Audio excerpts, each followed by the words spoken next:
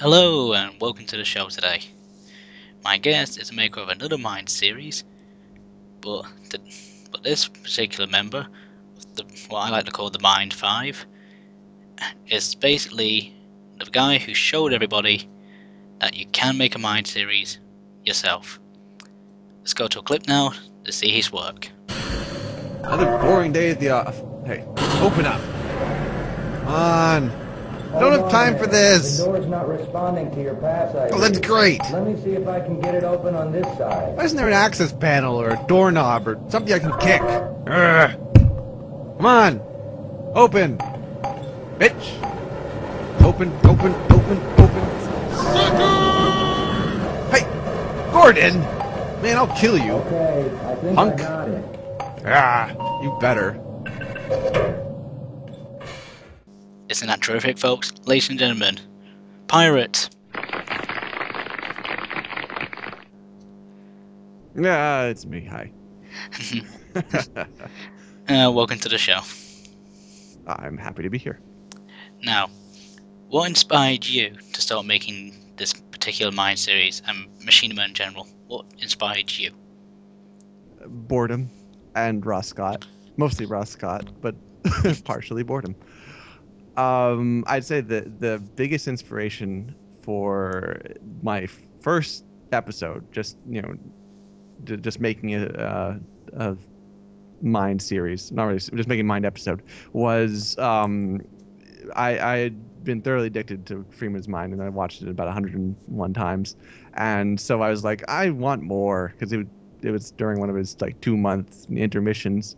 And so I made just a random, episode using Barney's Blue Shift, and I thought, oh, that's pretty funny. I'll throw this on YouTube and see if anyone else likes it, and people did. So my brother convinced me to make a second one, which I did, and after that, I got enough people saying that hey, this is pretty good. It could use some work, but it shows potential. So I just kept at it, and before I knew it, I had hundreds of viewers, and I was on my way to making a series.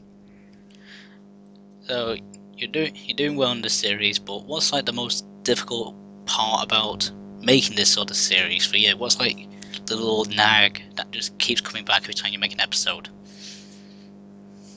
I'd say the biggest nag I have is finding humor that works in the Mind series, in the format, because there's plenty of things that you can do that are funny. You can do you can do types of you can do jokes, you can do just physical humor. There's tons of different types of comedy, but it's very hard to work those into something that you're trying to make as a serious story. It has to, I would love to have Barney ramble about I don't know, the movie Avatar or something, do something hilarious, but he can't, because, well, I mean, maybe he could Avatar, he could say he saw it before Black Mesa thing, but there's plenty of things that he couldn't joke about because the situation wouldn't make sense for his character to do that.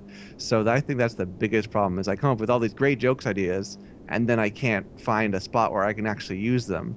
And so I get kind of forced into certain dialogues, and it makes the series kind of unoriginal. And I had that problem a lot, and I'm still having it, where trying to keep things fresh and find new sources of humor in the Mind series. But I'm definitely getting better at figuring out ways what works and what doesn't. It's definitely a learning process. Now, of course, before the other Mind series, people that, of course, viewers of the show have seen me interviewed, you came before them. So did you get a lot of fans of Ross Scott hating you, calling you rip-off and stuff for making your own series? Yes, I definitely did. I initially posted I think the 2 episodes of Barney's Mind on the Machinima website, and they pretty much got flamed to death. So I quickly abandoned that and posted them on YouTube, and they got a little better of a response. So I'm glad, because otherwise I would have just stopped right there. But even as the series went along, episode 1 in particular, and 2 and 3 to some degree, definitely got a lot of not a lot, but I'd say about one in every 10 to 15 comments on there was basically, this is crap. What a ripoff. You stole this from Ross Scott, blah, blah, blah.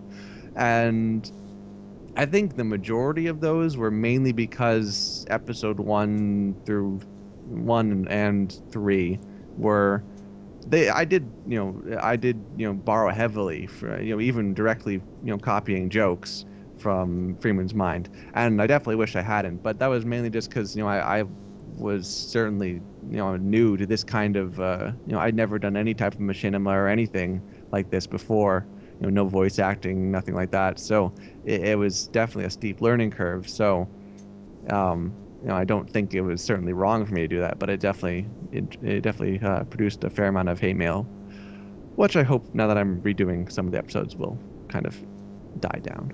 Well, of course, one of the most noticeable jokes that you said that you sort of borrowed was like in the first episode when Gordon goes past, and of course you use Ross Scott's voice yelling the word "soccer" as he went past.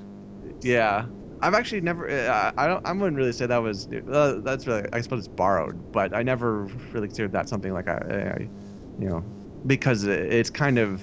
It really fits if you think about it, and I think that was probably the most hilarious thing I've ever done as far as the Barney's Mind series, and I think that's probably one of the biggest reasons I had so much success. Is I've had tons of people comment that they say, oh well, this wasn't very good until I got to the point where Freeman yells "sucker" going by, and then after that they said this is hilarious, I'm going to keep watching it.